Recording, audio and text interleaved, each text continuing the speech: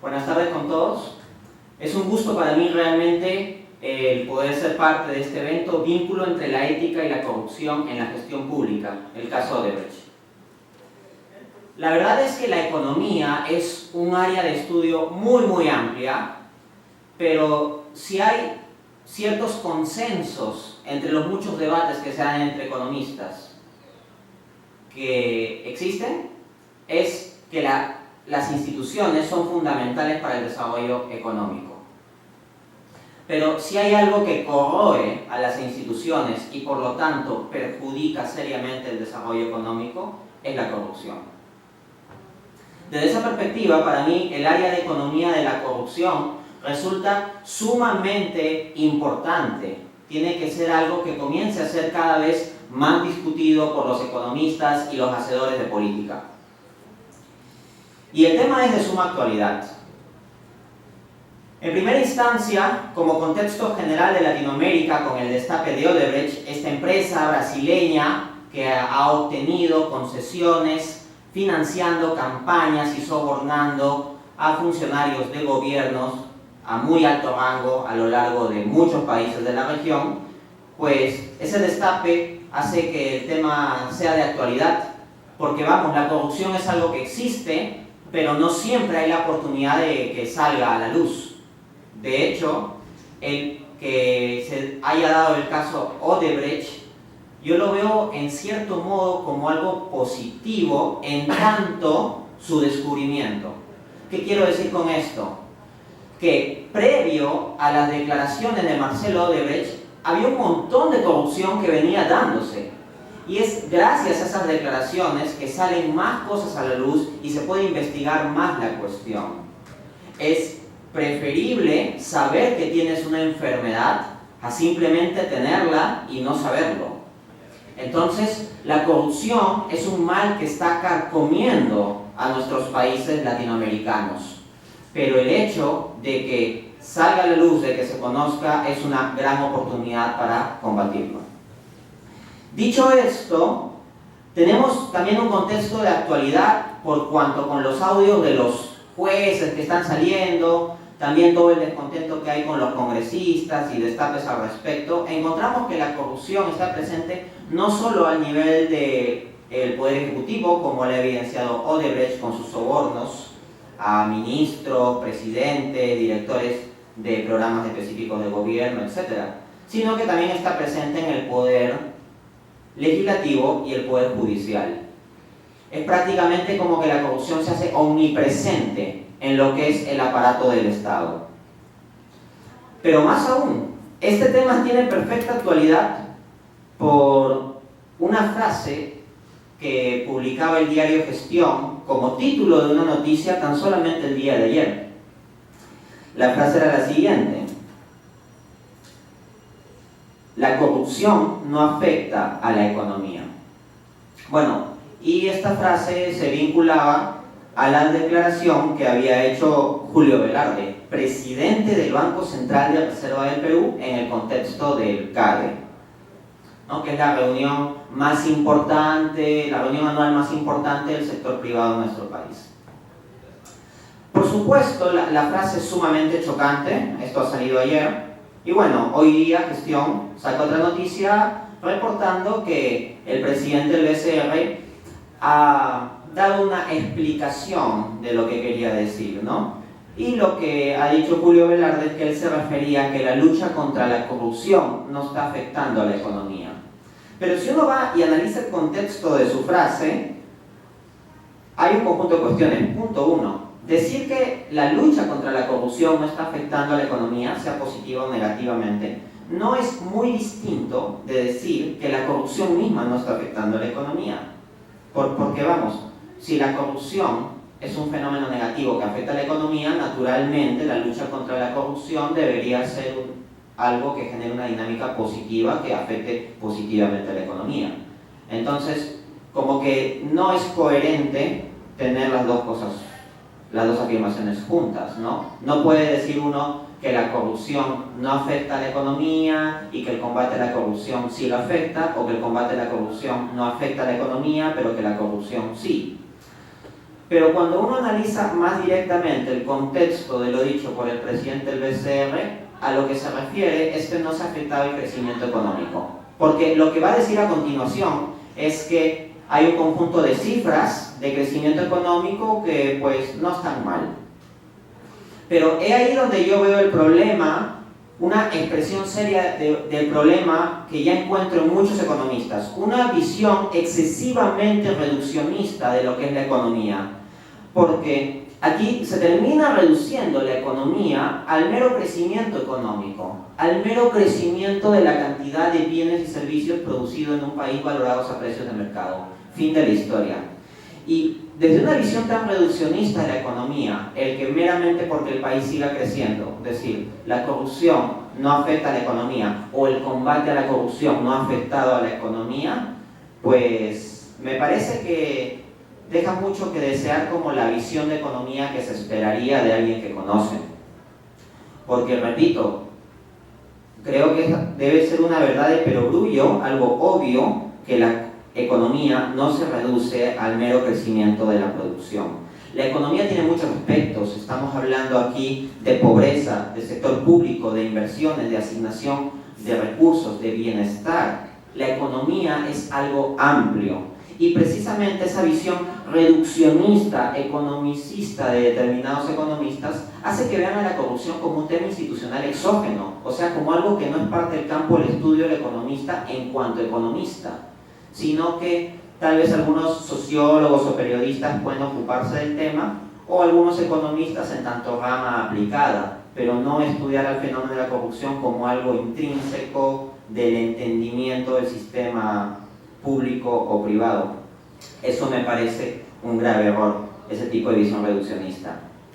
Ahora bien, tomando una visión amplia de lo que es la economía, ¿se puede decir coherentemente que la corrupción no afecta a la economía? Me parece que no. Hay múltiples canales en virtud de los cuales la corrupción afecta a la economía.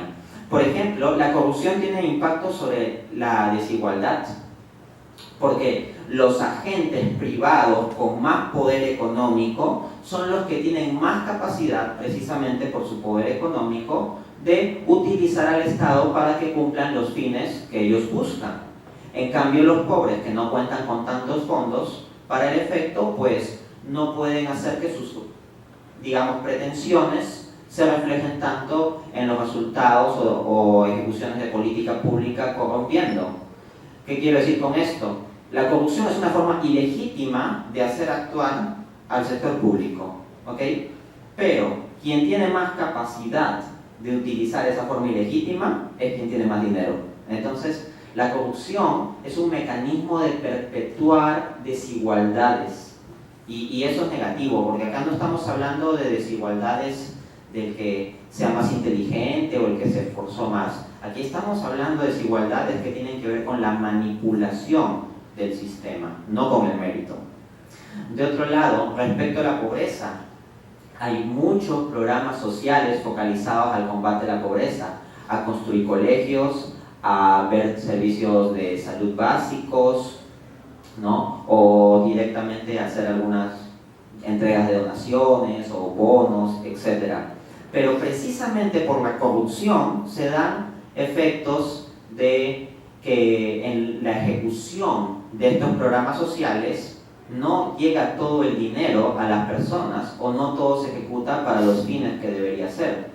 Entonces se construyen colegios con bajo presupuesto, inflando los costos artificialmente y de mala calidad. ¿Y qué pasa eventualmente? Que esos colegios se caen. Y ahí tenemos un problema de inversión en infraestructura. De otro lado, en los temas de inversión en salud, la corrupción genera que la inversión en salud sea de menor calidad y eso pues no nos va a ayudar a salir de la pobreza.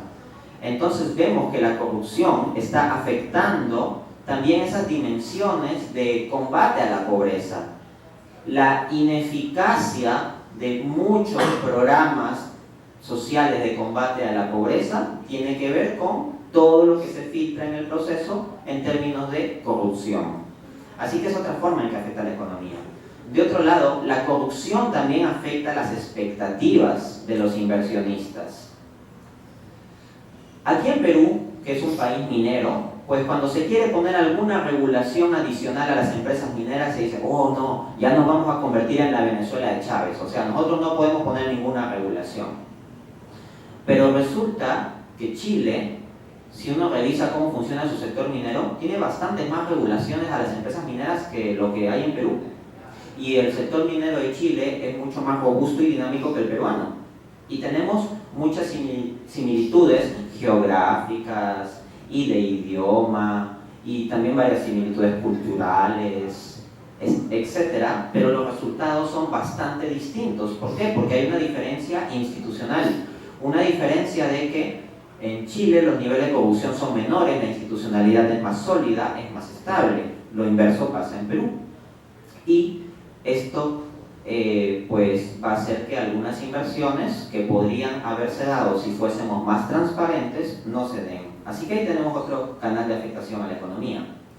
Otra forma es que haya crecimiento económico porque hay más producción, pero esa producción se deba a acciones corruptas. Por ejemplo, si hay más producción porque el gobierno está ejecutando más gasto en construir carreteras, pero hay procesos de concesión corruptos, ¿crece más la economía? Sí, porque está creciendo la producción o por el lado de la demanda por el gasto del gobierno. Pero ¿realmente es el tipo de crecimiento económico que queremos?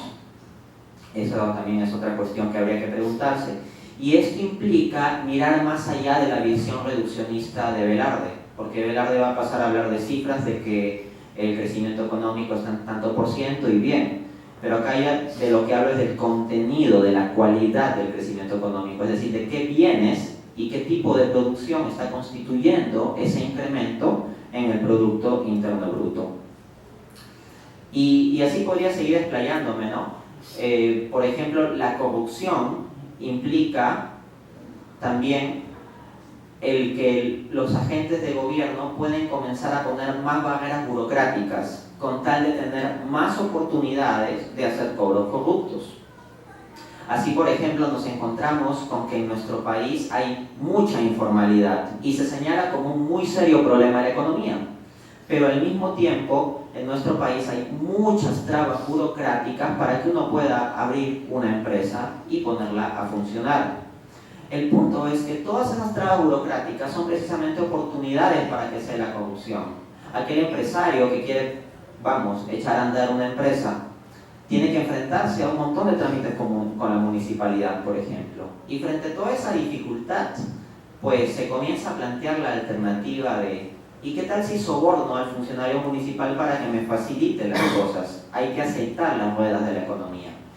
Y entonces se comienzan a generar dinámicas en donde las trabas burocráticas terminan siendo excusas en lugar de para fiscalizar, regular, etcétera, ¿no? Más bien para generar más oportunidades de soborno y de corrupción. En consecuencia, me parece que hay múltiples canales en virtud de los cuales la corrupción sí afecta a la economía. Entonces, dicho esto, quisiera pasar a la cuestión de fondo sobre la que voy a reflexionar en esta ponencia, que es lo siguiente: si la corrupción es un problema del sector público o del sector privado. Y también es de actualidad hacernos esta pregunta, porque Roque Benavides, presidente de la CONFIEP, ha declarado muy recientemente que existe una campaña de destrucción contra el empresariado. La pregunta es, si el empresariado es un grupo absolutamente inmaculado de gente ingeniosa que busca generar bienes y servicios valiosos para la sociedad y se los comienza a atacar, pues sí, como que suena a una guerra mala y una campaña de destrucción, ¿no? Pero si se diera el caso de que toda esta ola de corrupción que estamos descubriendo está fuerte e incluso intrínsecamente relacionada con la acción del sector privado, pues el hecho de que haya crítica al respecto es lo natural. No debería sorprender, y aquí no habría que hablar de ninguna campaña de destrucción, sino de clarificar las cosas y enfrentar la corrupción allí donde la haya y con todo lo que implique. Claro, pero esto bajo la premisa de que la corrupción no sea meramente un asunto del sector público, sino que esté ligada también a la dinámica del sector privado. Y eso es lo que voy a pasar a argumentar a continuación. Primero, como introducción, quisiera hablar del caso de Odebrecht, ¿no? Odebrecht no hay que hacer, digamos, demasiada explicación, ya se dijo, es una empresa brasileña que pues ha sobornado a gobiernos a lo largo de toda Latinoamérica, y en virtud de las declaraciones que ha hecho Marcelo Odebrecht, pues muchas cosas han salido a la luz, y a mí me parece eso una muy buena oportunidad. De otro lado, ya en mi canal de YouTube, lo encuentran como Dante A. Urbina en YouTube, tengo una conferencia entera sobre el tema del caso Odebrecht. La encuentran como Economía y la corrupción, el caso Odebrecht, y ahí entro con más detalle en el asunto. Entonces yo quisiera hacer una reflexión de ir un poco a los conceptos que están más allá, o sea, utilizarlo del caso Odebrecht como un punto de partida para que reflexionemos sobre el concepto mismo de corrupción y nos demos cuenta de cuán sesgado está el entendimiento de corrupción que convencionalmente se tiene, incluso en la rama en la cual yo estoy investigando, que es la economía de la corrupción. Vamos a hablar entonces sobre el problema de la definición de la corrupción. Miren, hay una definición convencional de corrupción que se maneja en el área de economía de la corrupción, y es la siguiente. La corrupción se define convencionalmente como el mal uso de la actividad pública o el mal uso del oficio público para la ganancia privada. El mal uso de los recursos públicos, el mal uso de la gestión pública, el mal uso de la actividad del sector público para el beneficio o ganancia privados. El punto es que en este tipo de definición se pone el peso y el centro en lo que es el sector público, ¿no? Es el sector público, entonces, el que hace una mala asignación de recursos y en lugar de destinarlo para el bienestar social, que es lo propio de toda política pública en términos ideales, termina destinándolo para fines privados que se alejan de ese óptimo social. Entonces, pareciera que la corrupción se centra en un problema de asignación del sector público. Y nos encontramos que este tipo de definición está presente en la mayoría de artículos sobre el tópico. Por ejemplo, el de Mauro de 1995, el de Shah y Schachter del 2004, Alt y Lansen del 2008, Liu y Mikkelsen 2014, Efovi 2015, etc. y otros autores. Y de hecho, hay unos autores que publican en la revista Public Choice un artículo donde analizan el concepto de corrupción y la relación con el sector público. Ellos son Holcombs y Bordeaux, publican un paper en 2015.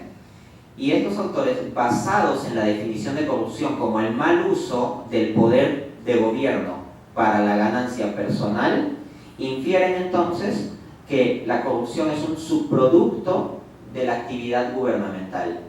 De hecho, estos autores lo dicen explícitamente: corruption is a byproduct of government activity. Entonces, la corrupción es un problema del sector público, infieren estos autores, y como publican en la revista Public Choice, un poco la recomendación general que se hace a partir de ese tipo de inferencia, ese tipo de concepción, es que hay que matar a la bestia de hambre. O sea, ¿cuál es el problema? Se toma la frase neoliberal de Ronald Reagan, ¿no? No tenemos problemas con el Estado es el problema. Entonces, ¿por qué hay corrupción? Porque hay Estado. Y si hay corrupción más grande, ¿por qué es? Porque el Estado es más grande. Porque la corrupción es un problema vinculado al Estado y fin de la historia. ¿Cómo resolvemos la corrupción entonces? Con la doctrina liberal de Estado mínimo. Y listo. Simplemente matas de hambre a la bestia, es decir, dale menos presupuesto al Estado, dale menos recursos, haz que sea un Estado muy pequeño y listo. Pero tal enfoque resulta un tanto problemático porque nos encontramos países donde el nivel de impuestos o el nivel de gastos es bastante elevado y que no son países particularmente corruptos, ¿no? En realidad la evidencia sobre esto es mixta. O sea, no todos los países que tengan un gobierno más grande son más corruptos, ni todos los países que tengan un gobierno más pequeño son más o menos corruptos. En realidad hay variedad entre países, lo cual muestra que el fenómeno es más complejo.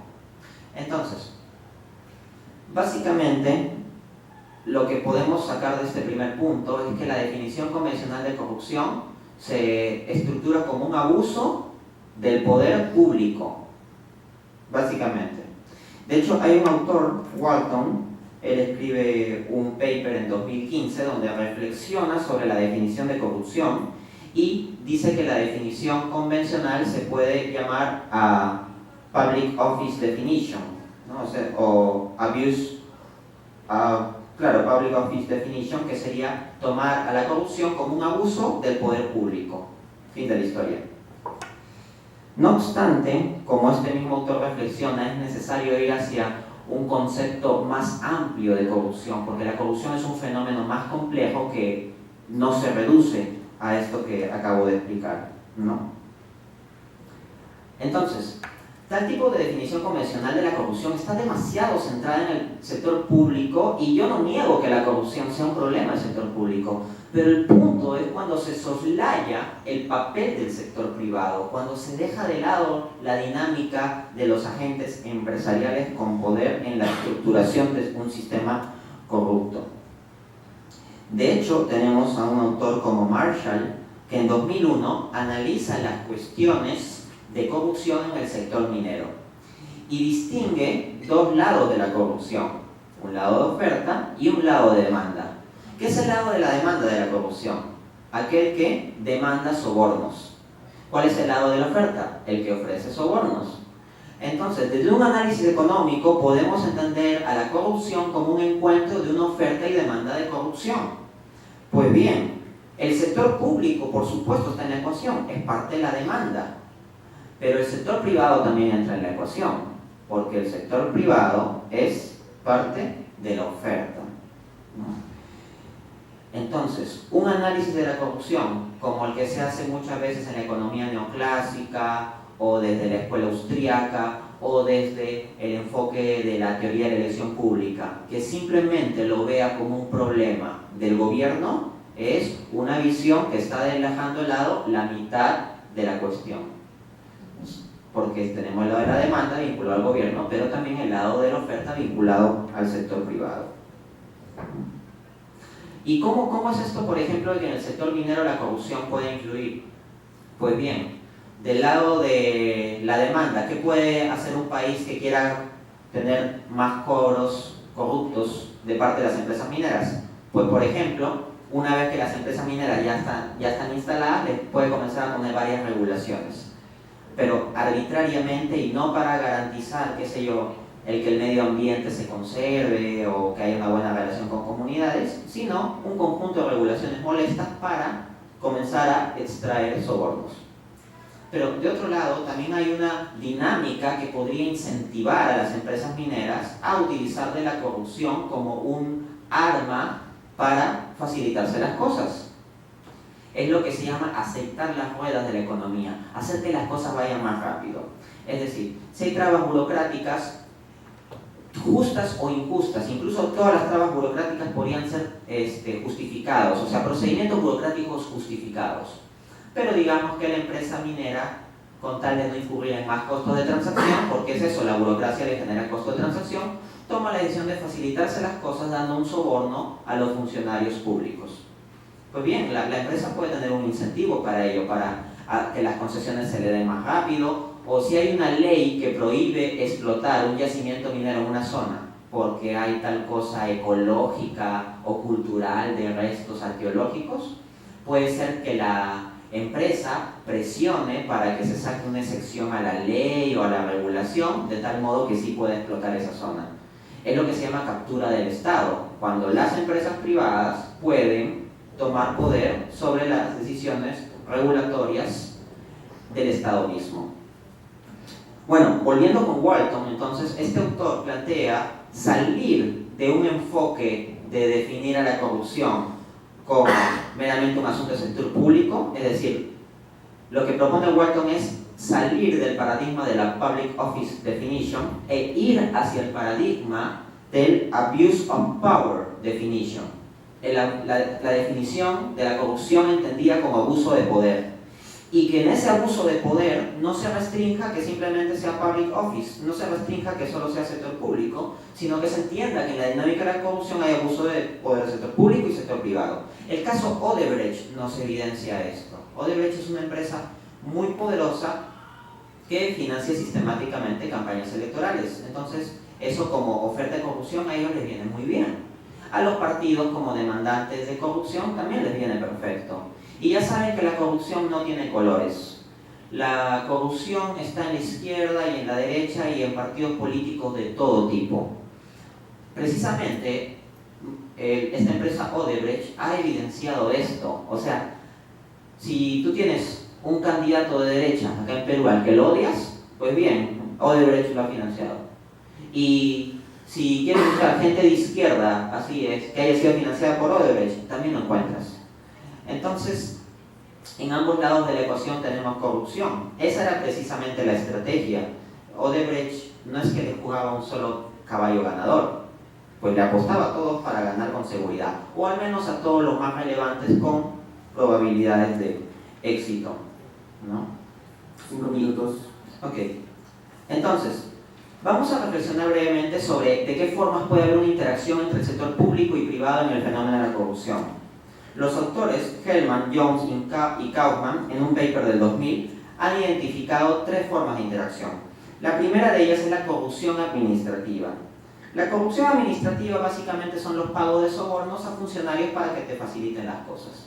Los pagos corruptos a una municipalidad o incluso el soborno a un policía cuando te detiene son ejemplos de este tipo de corrupción, bastante extendida en nuestro país. No debe perderse eso de vista, o sea, hay mucha gente que en las redes sociales critica que estos malditos de Odebrecht o malditos políticos corruptos, pero es la misma gente que cuando no cumple con alguna regulación justificada del tema del transporte, por ejemplo en su automóvil dice, ya jefecito, le doy 7 soles para la gaseosita y soborna al policía. Entonces, tenemos un problema serio ahí. En segunda instancia, tenemos la dinámica del lobby. El lobby es cuando las empresas privadas influencian de forma directa a la administración pública financiando, por ejemplo, las campañas electorales, ¿no? O financiando a determinados partidos en el Congreso o determinadas cosas de estos partidos. Esto también se ha visto, ¿no? Entonces, Odebrecht de nuevo es un ejemplo claro. Como había dicho, Odebrecht financia a varios partidos, entonces el que gane ya le debe favores cuando llega al poder. Y la tercera dinámica es la captura del Estado. Por ejemplo, en economía y la regulación, ¿cuál es la idea? Que como el mercado puede tener fallas, el Estado debería identificar esas fallas y regular, ¿no? ¿Y por qué regular? Porque cuando hay falla en mercado no se alcanza el óptimo social. Si el Estado regula, se puede alcanzar el óptimo social, ¿no? En un esquema simplificado.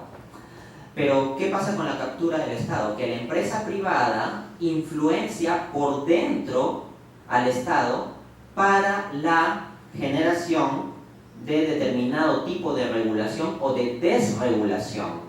Por ejemplo, es bien interesante notar que en el caso de la crisis financiera de 2008, como documenta este famoso documental Inside Job, pues hubo mucha corrupción detrás de que el gobierno de los Estados Unidos comienza a desregular el sistema financiero. Entonces, los agentes privados pueden influir para que haya más regulaciones interesadas que los protejan a ellos como monopolios u oligopolios y perjudican a los potenciales entrantes, o pueden influir en el sector público para que haya desregulación y ellos puedan hacer como Pedro en su casa con la economía. Claro, y luego se crea un gran desorden financiero, explota la burbuja y ¿qué sucede? La gente pierde sus trabajos, pero el sector público rescata con dinero a los bancos privados que ocasionaron esta crisis. Conectado a esto, hay que mencionar la dinámica de puerta giratoria.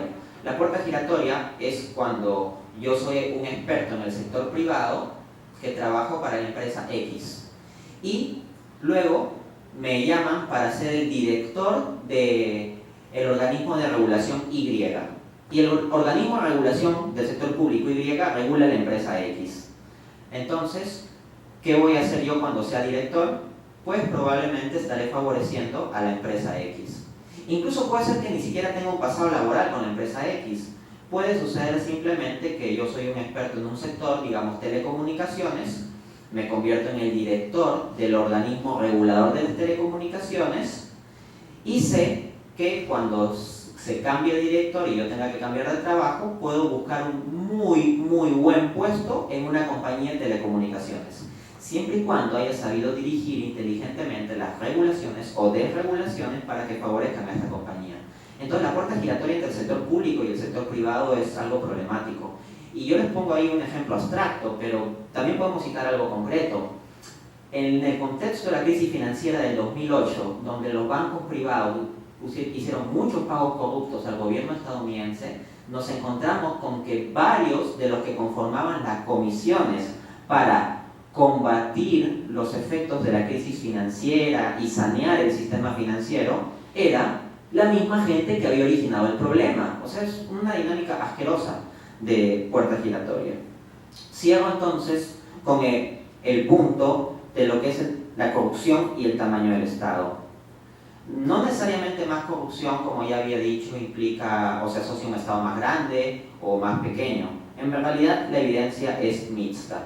Por ejemplo, los autores Zhou y Tao, en un paper de 2009, encuentran, cito, que un incremento en 1% en el centro del sector gubernamental conduce a un incremento de 0.68% o hasta 1% en la corrupción burocrática. De más tamaño de gobierno, más corrupción. Esa es la evidencia que ellos encuentran. Pero también tenemos otras dinámicas, ¿no?